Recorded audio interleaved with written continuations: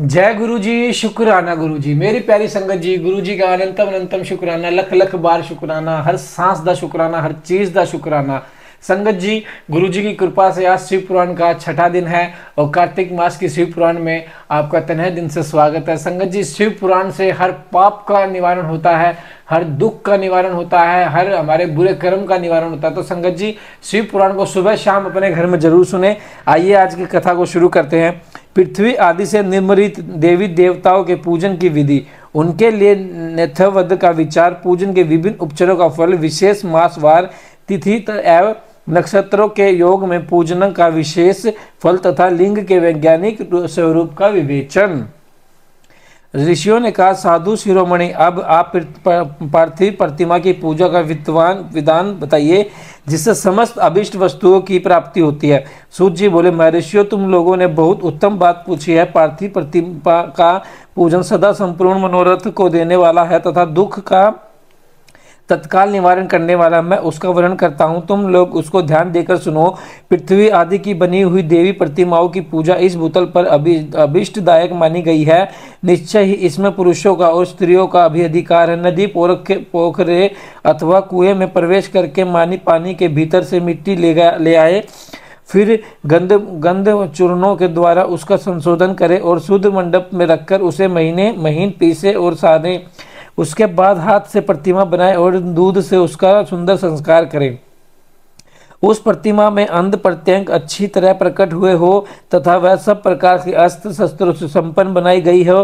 तदंतर उसे शासन पर स्थापित करके आदरपूर्वक उसका पूजन करें। गणेश, सूर्य, विष्णु, दुर्गा और शिव की प्रतिमा, शिव का एक शिवलिंग का दिवजों का पूजन करना चाहिए। सोंडस सोप धार पूजन जनित फल की सिद्धि के लिए 16 उपचारों द्वारा पूजन करना चाहिए। पुष्प से प्रोक्षण और मंत्र पाठक पूर्वक अभिषेक करें। अग्नि के चावल से निवेद तैयार करें। सारा निवेद एक कुंडव लगभग पावर पर होना चाहिए। घर में पार्थिव पूजन के लिए एक कुंडव और बाहर किसी मनुष्य द्वारा स्थापित शिवलिंग के पूजने के लिए एक परिस्थिति पर शेष भर नैवेद्य तैयार करना आवश्यक है। ऐसा जानना चाहिए, देवताओं द्वारा स्थापित शिवलिंग के लिए 3 सेर निवेद्य अर्पित करना उचित है और स्वयं प्रकट हुए स्वयं यमलोक के लिए 5 सेर। ऐसा करने पर पूर्ण फल की प्राप्ति समझनी चाहिए। इस प्रकार सहस्त्र बार पूजा करने से द्विज सत्यलोक को प्राप्त कर लेता है। 12 उंगल चौड़ा, उससे दुगुना और 1 उंगल अधिक अर्थात 25 उंगल लंबा तथा 15 उंगल चौड़ा जो लोहे या लकड़ी का बना हुआ पात्र होता है उसे विद्वान पुरुष शिव कहते हैं। उसका 8वां भाग प्रस्थफल कहलाता है, जो चार कुंड के बराबर माना गया है। मनुष्य द्वारा स्थापित शिवलिंग के लिए 10 प्रस्थ पर, ऋषियों द्वारा स्थापित शिवलिंग के लिए 100 प्रस्थ और सवयुंब शिवलिंग के लिए 1 सहस्त्र प्रस्थ पर निवेदन किया जाए तथा जल, तेल आदि एवं गंध द्रव्यों की भी तथा योग्य मात्रा रखी जाए तो यह उन शिवलिंगों की महापूजा बताई जाती है। देवताओं का अभिषेक करने से आत्म शुद्धि होती है, गंध से पुण्य की प्राप्ति होती है, निवेद्य लगाने से आयु बढ़ती और तृप्ति होती है, धूप निवेदन करने से धन की प्राप्ति होती है, दीप दिखाने से ज्ञान का उदय होता है और तांबूल संपन्न करने से भोग की उपलब्धि होती है। इसलिए स्नान आदि 6 उपचारों का यत्न पूर्वक अर्पित करें। नमस्कार और जब ये दोनों संपूर्ण अभिष्ट फलों को देने वाले हैं, इसलिए भोग और मोक्ष की इच्छा रखने वाले लोगों को पूजा के अंत में सदा ही जप और नमस्कार करने चाहिए। मनुष्य को चाहिए कि वह सदा पहले मन से पूजा करके फिर उन उपचारों से करे। देवताओं की पूजा उन देवताओं के लोकों की प्राप्ति होती है तथा उनके अवान्तर लोकों में भी यथेष्ट भोग की वस्तुएं उपलब्ध होती हैं। अब मैं देव पूजा से प्राप्त होने वाली विशेष फलों का वर्णन करता हूँ, जो तुम लोग श्रद्धा पूर्वक सुनो। विंध्यराज गणेश जी की पूजा से भूलों कमय उत्तम अभीष्ट वस्तु की प्राप्ति होती है। शुक्रवार को श्रवण और भाद्रपद मासों के शुक्ल पक्ष की चतुर्थी को शोष मास में सतभिषा नक्षत्र के आने पर विधि पूर्वक गणेश जी की पूजा करनी चाहिए। 100 या सहस्त्र दिन में 100 या सहस्त्र बार पूजा करें। देवता और अग्नि के द्वारा श्रद्धा रखते हुए किया जाने वाला उनका नित्य पूजन मनुष्यों को पुत्र अभिष्ट वस्तु प्रदान करता है। वह समस्त पापों का शमन तथा विभिन्न दुष्कर्मों का विनाश करने वाला है। विभिन्न कर्मों में की हुई शिव आदि की पूजा को आत्म शुद्धि प्रदान करने वाला समझना चाहिए। वार या दिन, तिथि, नक्षत्र और योगों का आधार है, समस्त कामनाओं के देने वाला है, उसमें वृद्धि और सक्रिय भी नहीं होता, इसलिए उसे पूर्ण ब्रह्म स्वरूप मानना चाहिए। सूर्योदय काल से लेकर सूर्योदय काल आने तक एक वार की स्थिति मानी गई है, जो ब्राह्मण आदि सभी वर्णों के कर्मों का आधार है। वही भी तिथि के पूर्व भाग में की हुई देव पूजा मनुष्यों को पूर्ण भोग प्रदान करने वाली होती है। यदि महान के बाद तिथि का आरंभ होता है तो रात्रि युक्त तिथि का पूर्व भाग पितरों के श्रद्धादि कर्म के लिए उत्तम बताया गया है।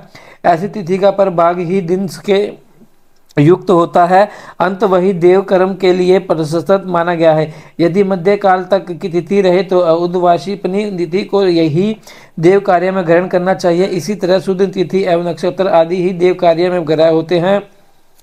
वार आदि का भली भांति विचार करके पूजा और जप आदि करने चाहिए। वेदों में पूजा शब्द के अर्थ की इस प्रकार योजना की गई है। पूजा यत्र ज्ञानेन इंदी पूजा, यह पूजा शब्द की उत्पत्ति है। पू का अर्थ है भोग और फल की सिद्धि। वह जिस कर्म से उत्पन्न होती है उसका नाम पूजा है। मनोवाचित वस्तु तथा ज्ञान यही अभिष्ट वस्तु है। सकाम भाव लोक भाव वालों को अभिष्ट भोग अपेक्षित होता है और निष्काम भाव लोकों के अर्थ पारमार्थिक ज्ञान, ये दोनों ही पूजा शब्द के अर्थ है। इनकी योजना करने से ही पूजा शब्द की सार्थकता है। इस प्रकार लोक और वेद में पूजा शब्द का अर्थ विख्यात है। नित्य और नैमित्तिक कर्म कालांतर में से फल देते हैं, किंतु काम्य कर्म का यदि वाली भांति अनुष्ठान हुआ हो तो यह तत्काल फल देता है। प्रतिदिन एक पक्ष, एक मास और एक वर्ष तक लगातार पूजन करने से उन कर्मों के फल की प्राप्ति होती है और उनसे वैसे ही पापों का कर्मश क्षय होता है। प्रत्येक मास के कृष्ण पक्ष की चतुर्थी तिथि को की हुई महागणपति की पूजा एक पक्ष के पापों का नाश करने वाली और एक पक्ष तक उत्तम भोग रूपी फल देने वाली होती है। नेत्र मास में चतुर्थी को की गई पूजा एक मास तक किए गए पूजन का फल देने वाली होती है और जब सूर्य सिंह राशि पर स्थित हो उस समय भाद्रपद मास की चतुर्थी को की हुई गणेश जी की पूजा एक वर्ष तक मनोभावित भोग प्रदान करती है, ऐसा जानना चाहिए। श्रवण मास के रविवार को हस्त नक्षत्र से युक्त सप्तमी तिथि का तथा माथ शुक्ला सप्तमी को भगवान सूर्य का पूजन करना चाहिए। ज्येष्ठ तथा भाद्रपद मास के बुधवार को श्रवण नक्षत्र से युक्त द्वादशी तिथि का तथा केवल द्वादशी तिथि को भी किया गया भगवान विष्णु का पूजन अभिष्ट संपत्ति को देने वाला माना गया है। श्रवण मास की जानने वाली हरि हरि की पूजा अभिष्ट मनोरथ और आरोग्य प्रदान करने वाली होती है। अंगों एवं उपकरणों सहित पूर्वक उगो आदि द्वारा वस्तु का दान करने से जिस फल की प्राप्ति होती है उसी की द्वादशी तिथि में आराधना द्वारा श्री विष्णु की तृप्ति करके मनुष्य प्राप्त कर लेता है। जो द्वादशी तिथि का भगवान विष्णु के 12 नामों द्वारा 12 ब्राह्मणों का षोडशोपचार पूजन करता है वह उनकी प्रसन्नता प्राप्त कर लेता है। इसी प्रकार संपूर्ण देवताओं के विभिन्न 12 नामों द्वारा किया हुआ 12 ब्राह्मणों का उन देवताओं को प्रसन्न करने वाला होता है। कर्क की संक्रांति तिथि से युक्त श्रवण मास में नवमी तिथि को मर्गशिरा नक्षत्र के योग में अंबिका का पूजन करे वे संपूर्ण मनोभावित भोगों और फलों को देने वाली है। ऐश्वर्य की इच्छा रखने वाले पुरुषों को इस दिन अवश्य उनकी पूजा करनी चाहिए। आश्विन नमास के शुक्ल पक्ष की नवमी तिथि संपूर्ण अभिष्ट फलों को देने वाली है। उसी मास के कृष्ण पक्ष की चतुर्थी को यदि रविवार पड़ा हो तो उस दिन का महत्व विशेष बढ़ा जाता है। उसके साथ ही यदि आद्रा और महाद्रा सूर्य संक्रांति से युक्त आद्रा का योग हो तो उक्त अवसरों पर की हुई शिव पूजा विशेष महत्व माना गया है। माघ कृष्णा चतुर्दशी को की हुई शिव जी की पूजा संपूर्ण अभिष्ट फलों को देने वाली है। वह मनुष्य की आयु बढ़ाती है, मृत्यु कष्टों को दूर हटाती है और समस्त विद्यों की सिद्धियों की प्राप्ति कराती है। ज्येष्ठ मास में चतुर्दशी को यदि महादर्क का योग हो अथवा मार्ग शीर्ष मार्ग में किसी व्यक्ति को यदि आदर नक्षत्र हो तो उस अवसर पर विभिन्न वस्तुओं की बनी हुई मूर्ति उसमें शिव जी की जो 16 उपचारों से पूजा करता है उस पुण्यात्मा के चरणों का दर्शन करना चाहिए। भगवान शिव की पूजा मनुष्यों की भोग और मोक्ष देने वाली है, ऐसा जानना चाहिए। कार्तिक मास के प्रत्येक वार और तिथि आदि में महादेव जी की पूजा का विशेष महत्व है। कार्तिक मास आने पर विद्वान पुरुष दान, तप, ओम, जप और नियम आदि के द्वारा समस्त देवताओं को षोडशोपचारों से पूजन करे। उस पूजन में देव प्रतिमा, ब्राह्मण तथा मंत्रों का उपयोग आवश्यक है। ब्राह्मणों को पूजन कराने से भी वह पूजन कर्म संपन्न होता है। पूजक को चाहिए कि वह कामनाओं के त्याग पर पीड़ा रहित शांत हो, देवाराधन में तत्पर रहे। कार्तिक मास में देवताओं का यजन पूजन समस्त रोगों को देने वाला, व्याधियों को हर लेने वाला तथा भूतों और ग्राहकों का विनाश करने वाला है। कार्तिक मास के रविवार को भगवान सूर्य की पूजा करने और तेल तथा सूती वस्त्र देने से मनुष्य के कोढ़ आदि रोगों का नाश होता है। हरे, काली मिर्च, वस्त्र और खीरा आदि का दान और ब्राह्मणों की प्रतिष्ठा करने से क्षत्रिय के रोग का नाश होता है। दीप और संसार के दान से मिर्गी का रोग मिट जाता है। कृत्तिका नक्षत्र युक्त सोमवार को किया हुआ शिवजी का पूजन मनुष्य के महान दारिद्र्य को मिटाने वाला और संपूर्ण संपत्तियों को देने वाला होता है। घर की आवश्यकता सामग्रियों के साथ ग्रह और क्षेत्र आदि का दान करने से भी उक्त फल की प्राप्ति होती है। कृतिका कार्तिक मंगल कारकों को श्री संकट का पूजन करने से तथा दीपक एवं घंटा आदि का दान देने से मनुष्य की सिद्ध ही वाक सिद्धि प्राप्त होती है। उनके मुंह से निकली हुई एक बात सत्य होती है। कृतिका एकायुक्त बुधवार को किया हुआ श्री विष्णु जन तथा दह्या भात का दान मनुष्य को उत्तम संतान की प्राप्ति कराने वाला होता है। कृतिका युक्त गुरुवार को धन से ब्रह्मा जी का पूजन तथा मधु, सोना और आदि घी का दान करने से मनुष्य को भोग वैभ की वृद्धि होती है। कृतिका युक्त शुक्रवार को गजानन गणेश जी की पूजा करने से तथा धन्य पुष्प एवं अन्न का दान देने से मानवों के भोग्य पदार्थों की वृद्धि होती है। उस दिन सोना चांदी आदि का दान करने से बांध्या को भी उत्तम पुत्र की प्राप्ति होती है। कृतिका युक्त शनिवार को दिक्पालकों की वंदना, दिग्गजों, नागों और सेतुपालकों का पूजन, त्रिनाधारी रुद्र, पाप हरि विष्णु तथा ज्ञानदाता ब्रह्मा का आराधन और धन्यव्रत एवं दोनों अविनाशिनी कुमारों का पूजन करने से रोग, दुर्धर्मता एवं अकाल मृत्यु का निवारण होता है तथा तात्कालिक व्याधियों की शांति हो जाती है। नमक, लोहा, तेल और उड़द आदि का त्रिकुट, सोट, पीपल और गोल मिक्स, फल, गंध और जल आदि का तथा धरत आदि द्रव्य पदार्थों का और सुवर्ण, मोती आदि कठोर वस्तुओं का भी दान देने से सर्वलोक की प्राप्ति होती है। इनमें से नमक आदि का मान कम से कम 1 प्रतिशत होना चाहिए और सुवर्ण आदि का मान कम से कम एक पल। धन की सकारनति से युक्त पौष मास में उस काल में शिव आदि समस्त देवताओं का पूजन कमर्ष समस्त सिद्धियों की प्राप्ति करने वाला होता है। इस पूजन में अगहनी के चावल से तैयार किए गए और अभिष्ट का निवेद उत्तम बताया जाता है। पौष मास में नाना प्रकार के अन्न का निवेद विशेष महत्व रखता है। मार्गशीर्ष मास में केवल अन्न का दान करने वाला मनुष्य ही संपूर्ण अभिष्ट फलों की प्राप्ति हो जाती है। मार्गशीर्ष मास में अन्न का दान करने वाला मनुष्य सारे पाप नष्ट हो जाते हैं। वह अभिसिद्धि, आरोग्य, धर्म, वेद का सम्यक ज्ञान, उत्तम अनुष्ठान, फल, इहलोक और परलोक में महान भोग, अंत में सनातन योग, मोक्ष तथा ज्ञान की स्थिति प्राप्त कर लेता है। जो भोग की इच्छा रखने वाले हैं वह मनुष्य मार्गशीर्ष मार्ग आने पर कम से कम 3 दिन भी उस काल में अवश्य देवताओं का पूजन करे और पौष मास को पूजने वाली न जाने दे। उस काल से लेकर सब काल तक की भी पौष मास में पूजन का विशेष महत्व बताया गया है। पौष मास में पूरे महीने भर जितेंद्रिय और निहार रहकर द्विज प्रत्यकाल से महान मध्याह्न कालन तक वेद माता गायत्री का जाप करे। तत्पश्चात रात्रि को सोने के समय तक पक्षाक्षर आदि मंत्रों का जाप करे। ऐसा करने वाला ब्राह्मण ज्ञान पाकर शरीर छूटने के बाद मोक्ष प्राप्त कर लेता है। द्विजेतर पर नारियों को तत्काल स्नान और पक्षाक्षर मंत्र के ही निरंतर जप के विशुद्ध ज्ञान प्राप्त होता है। इष्ट मंत्रों का सदा जप करने से बड़े पापों का भी नाश हो जाता है। सारा चराचर जगत बिंदुक नाद स्वरूप है, बिंदुक शक्ति है और नाद शिव। इस तरह यह जगत शिव शक्ति रूप ही है। नाद, बिंदुक और बिंदु इस जगत का आधार है। ये बिंदु और नाद शक्ति और शिव संपूर्ण जगत के आधार रूप से स्थित है। बिंदु और नाद से युक्त सब कुछ शिव रूप से है क्योंकि वही सबका आधार है।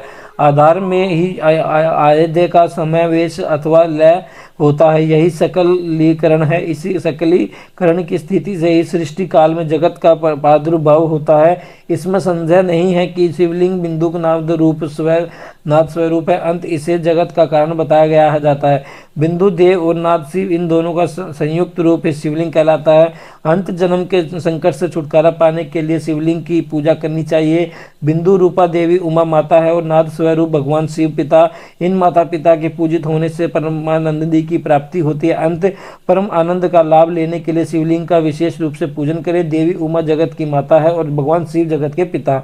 जो इनकी सेवा करता है उस पुत्र पर उन दोनों माता पिता कृपा नित्य अत्यधिक बढ़ती रहती है। वे पूजन कर कृपा करके उसे अपना आंतरिक ऐश्वर्य प्रदान करते हैं। अंत मुनीश्वरों, आंतरिक आनंद की प्राप्ति के लिए शिवलिंग को माता पिता का स्वरूप मानकर उसकी पूजा करनी चाहिए। ये भर्ग शिव पुरुष रूप है और भर्गा शिवा आद्य शक्ति प्रकृति कहलाती है। अव्यक्त अंतरिक्त अधिष्ठान रूप गर्भ को पुरुष कहते हैं और सुव्यक्त अंतरिक्त अभिष्ठान भूत गर्भ को प्रकृति। पुरुष आदि गर्भ है, वह प्रकृति रूप गर्भ से युक्त होने के कारण गर्भवान है, क्योंकि वही प्रकृति का जनक है। प्रकृति में जो पुरुष का संयोग होता है, यही पुरुष के उसका प्रथम जन्म कहलाता है। अद्वैत प्रकृति से महत्ववादी के कर्म से जो जगत का व्यक्त होना है, यही उस प्रकृति का द्वितीय जन्म कहलाता है। जीव पुरुष से ही बारंबार जन्म और मृत्यु को प्राप्त होता है। माया द्वारा उस अन्य रूप से प्रकट किया जाना ही उसका जन्म कहलाता है। जीव का शरीर जन्म काल से ही जीर्ण क्षय भाव विकार से युक्त होने लगता है, इसलिए उसे जीव संज्ञा दी गई है। जो जन्म लेता है और विधि पाशु द्वारा तनाव बंधन में पड़ता है, उसका नाम जीव है। जन्म और बंधव जीव शब्द का अर्थ ही है अंत जन्म मृत्यु रूपी बंधन की निवृत्ति के लिए जन्म के अभिष्टान भूत मात पिता स्वरूप शिवलिंग की पूजा करना चाहिए। गाय का दूध, गाय का दही और गाय घी, इन तीनों को पूजन के लिए शहद और शक्कर के साथ पृथक भी रखे और इन सबको मिलाकर सम्मिलित रूप से पंचामृत भी तैयार कर ले। इनके द्वारा शिवलिंग का अभिषेक और स्नान कराए। फिर गाय के दूध और उनके मेसले से निवेद तैयार करके प्रणव मंत्र के उच्चारण पूर्वक उसे भगवान शिव को अर्पित करें। संपूर्ण प्रणवकों के ध्यान भी लिंग कहते हैं। स्वयंभूलिंग नाद स्वरूप होने के कारण नादलिंग कहा गया है। यंत्र या अथरा बिंदु स्वरूप होने के कारण बिंदु लिंग के स्वरूप में विख्यात है। उसमें अंचल रूप से प्रतिष्ठित जो शिवलिंग है वह मकार स्वरूप है, इसलिए मकार लिंग कहलाता है। सवारी निकालने आदि के लिए जो चरलिंग होता है वह आकार स्वरूप होने से आकार लिंग कहा गया है। तथा पूजा की दीक्षा देने वाले जो गुरु या आचार्य है, उनका विग्रह आकार का प्रतीक होने से आकार लिंग माना गया है। इस प्रकार आकार मकार बिंदु नाद और ध्वनि के रूप लिंग के 6 भेद हैं। इन 6 लिंगों की नित्य पूजा करने से साधक जीवन मुक्त हो जाता है, इसमें संदेह नहीं है। जय गुरु जी, शुक्राना गुरु संगत जी। आज का पाठ यहीं तक था। कल हम पढ़ेंगे नया पाठ का अध्याय, जिसमें ऋषि बोलते हैं कि प्रभु महामुने आप हमारे लिए कर्मशंड लिंग स्वरूप प्रणवत का महत्व तथा शिव भक्तों के पूजन का प्रकार बताइए। तो संगत जी आज के लिए इतना ही। जय गुरु जी, शुक्राना गुरु जी। इस पाठ को सुबह शाम अपने घर में चलाइए गुरु जी के आशीर्वाद से। जय गुरु जी, शुक्राना गुरु जी। ओम नमः शिवाय। शिव जी सदा सहाय। ओम नमः शिवाय। गुरु जी सदा सहाय। जय गुरु जी।